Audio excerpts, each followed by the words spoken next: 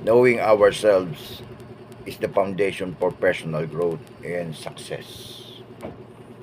Embrace your strengths, acknowledge your weaknesses, and strive to be the best version of yourself. Tandaan po natin, always remember, self-awareness is a journey and it requires continuous effort and reflection. By understanding yourself or ourselves, you can unlock your full potential and lead a fulfilling and meaningful life. Magandang umaga po sa inyo lahat. Muli ito ang inyong lingkod, F. Santos, at welcome pong muli sa ating munting kaalaman. At gaya ng aking pinangako sa inyo, ang ating topic ngayon ay tungkol sa paano natin kikilalanin ang ating mga sarili, yung ating kalakasan, strength, at yung ating kahinaan o weaknesses. Sisikapin po natin na ang ating paksa tungkol sa kamalayan sa ating sarili at pag-unawa sa ating mga kalakasan at kahinaan ay ating pong matalakay. Napakalaga po na tayo ay magkaroon ng isang napakalalim na pangunawa sa ating sarili upang maging epektibo at manabigit natin, no, sa ating buhay. Sa gayon ay mawasto yung ating pagtatrabaho. Dito tayo magsimula sa pamamagitan ng paggalugad. Napakalalim na Tagalog niyan, no? Paggalugad, kung ano ang ibig sabihin ng pagkilala sa ating sarili, no? Understanding yourself. Ang kamalayan po sa ating sarili ay yung ating kakayahan, no? Yun yung strength, no? Na kilalatin natin at maunawaan yung mga damdamin, iniisip at mga value o halaga.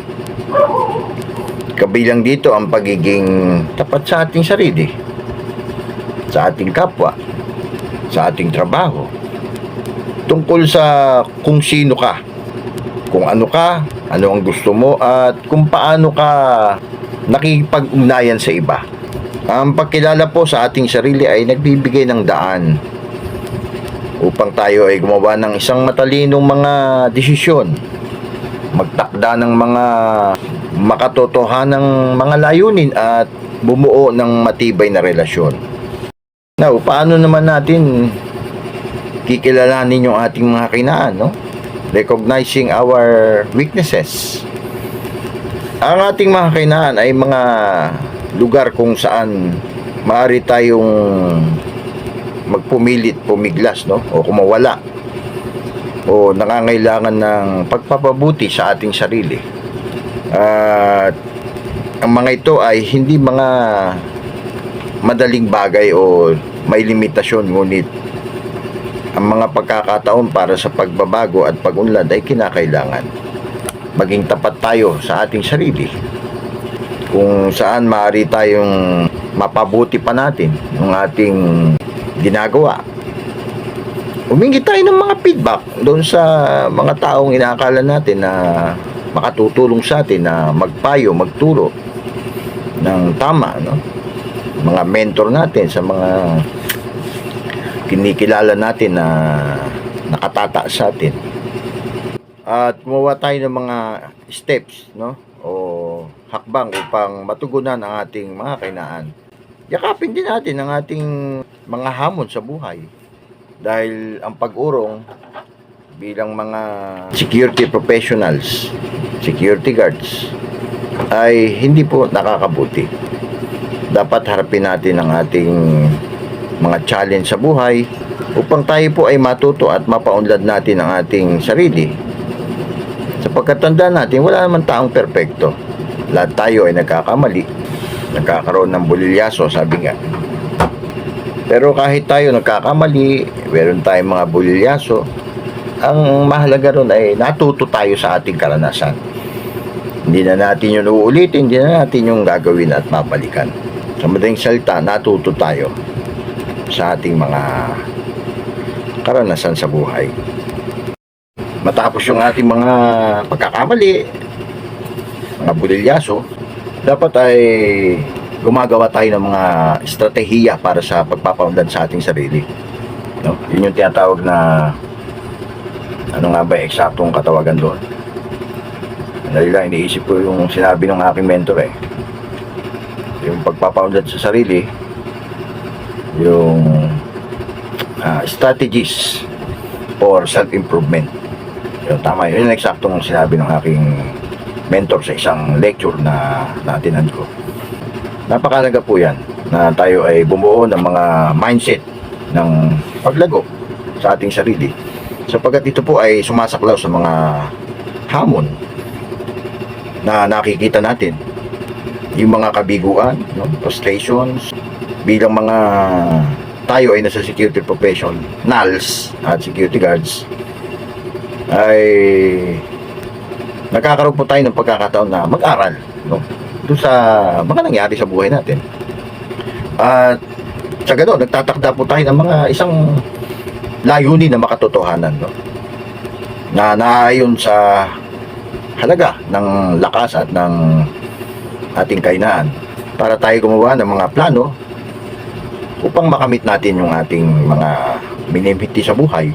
At katulad niya na nabanggit ko kanina, humingi tayo ng feedback mula sa iba, makisali tayo sa mga pagmumuni-muni sa ating sarili, at patuloy tayo na magsikap para mapabuti at mapaunlad ang ating sarili. Kaya sa ating conclusion, ang pagkilala sa ating sarili ay isang pundasyon para sa personal na pagbabago, para sa paglago at pagtatagumpay.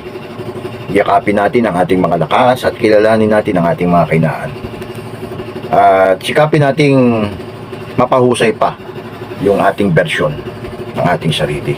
Tandaan natin na ang knowing or self-awareness, no, ay isang paglalakbay na nangangailangan ng pagsisikap at pagmumuni-muni sa ating sarili.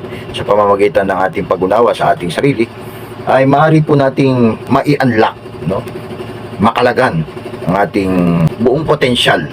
Makilala pa natin ang ating sarili, para ito ay mantong sa isang kasaya-saya at nakabubuting pagharap sa ating buhay. Minsan kasi nauunahan tayo ng takot. Kaya ko ba yan? Naku, baka hindi ko kaya yan Subukan muna natin, gawin natin, at humingi tayo ng payo sa mga mentor natin. Ubarin ko muna mainit galing tayo sa work Ano-ano ba yung mga karaniwan na kainaan, no? At strength ng tao, lalo na sa security industry, no? Una-una, yung mag-umpisa tayo sa ating strength, no? Yung self-awareness. Ano ba ang importance ng self-awareness? Yan ay ang pagiging maalam natin sa ating sariling emosyon, damdamin. Meron tayong lakas at kainaan nito na nagbubunga ng mas mahusay na pamamahala, no, sa ating sarili at pakikipag-ugnayan sa iba. Ikalawa dyan ay mayroon tayong tinatawag na resilience. Ano ba yung resilience? Ang resilience ay yung tayo ay may katatagan, no? Matibay tayo. Ang kakayahan natin na bumangon sa mga hamon ng buhay. Everyday, may mga obstacle, may mga trials, may mga struggle tayo, kanya-kanya tayong struggle, no? O hamon, o pagsubok sa buhay. At sa pamamagitan ng ating pagiging resilient, ay napapakita natin yung ating lakas at pagiging matyaga. Ang katlo na strength na karamihan nakikita sa atin o makikita sa atin yung adaptability, no? At ang adaptability ay yung kaya nating makisalamuha, makisama sa ibang tao. Ang pagiging maiksi ang kakayahan sa pag-a-adjust sa bagong sitwasyon sa paligid natin, bawat individual ay makakatulong para manabigate natin yung ating naantok na ako. Maayos na pagbabago sa ating sarili, sa pakikisalamuha sa ating mga kapwa, sa ating mga kasamahan, no? Sa iba't ibang kliyente o visitors, no? Tayo rin ay mayroong pagiging creative, no? Yung creativity. At tayo ay creative, ay meron tayong katalinuhan o karunungan, at ang pagkakaroon ng mga ganitong strength ay nagiging malikhain tayo, no? Sa ating pag-iisip, at ito ay nagbibigay daan din sa bawat individual para tayo ay makapag-isip ng tama sa iba't ibang mga solution, no? Katulad ng mga problem solving. Yan ang mga strength na karamihan nakikita natin. Tayo rin ay may empathy bilang tayo ay mga security guards, mga security professionals. At ang pagpapakita po ng empathya o empathy, ang pag-unawa at pakikiramay natin sa mga tao, sa kanilang mga damdamin, sa kanilang mga emosyon, at maging sa pananaw sa kanilang buhay, ay maaaring magbunga po ng mas matibay na ugnayan, relationship, at ng effective communication, no? Kapag nagkakaintindihan tayo, naiintindihan natin sila, at the same time, naiintindihan nila tayo. Now, dumako tayo sa ating mga weaknesses, no? Kainaan. Pasensya na kayo, naantok na ako talaga. Gusto ko lang matapos. Yung may ugali tayong delaying tactic. Yung mapagpaliban tayo, no? Yung sa exact term yan yung procrastination, no? Ano ba yung procrastination? Ang procrastination o pagpapaliban ng mga ginagawa natin o pagdidesisyon ay maaaring makasagabal sa ating pagiging produktibo, na nagdudulot ito minsan sa mga oportunidad na nakalalampas, no? Ibang opportunity dumarating dahil mabagal tayo at dili-delay tayo mag-desisyon na nagkokos ng delay. Minsan overthinking tayo. Yung pag-overthinking natin o pag-overthink, yung sa mga pag-a-analyze ba, no? Pag-a-analyze ng mga situation na nagdudulot siya minsan na kawalan natin ng decision, at nagkokos pa minsan na tayo ay nagiging nag-aalala, no? Anxiety. Then yung lack of confidence, ito karaniwan to, palasak to, no? Yung kawalan ng kumpiyansa sa sarili. Kaya ko ba? Hindi ko yata kaya, no? Ganyan tayo eh. Yan ang ating mga weaknesses. Ang pag-aalinlangan po at mababang pagtingin sa ating sarili, no, ay maaaring makapekto po sa ating kakayahan bilang individual na magampanan natin, no? Magtaya tayo, no? Yung mag-analysis, no? Mag-assess doon sa mga hazard, no? Mga vulnerability, no? Panganib, para matupad natin yung ating trabaho. Isa pa dyan ay yung difficulty of handling criticism. Balat sibuyas.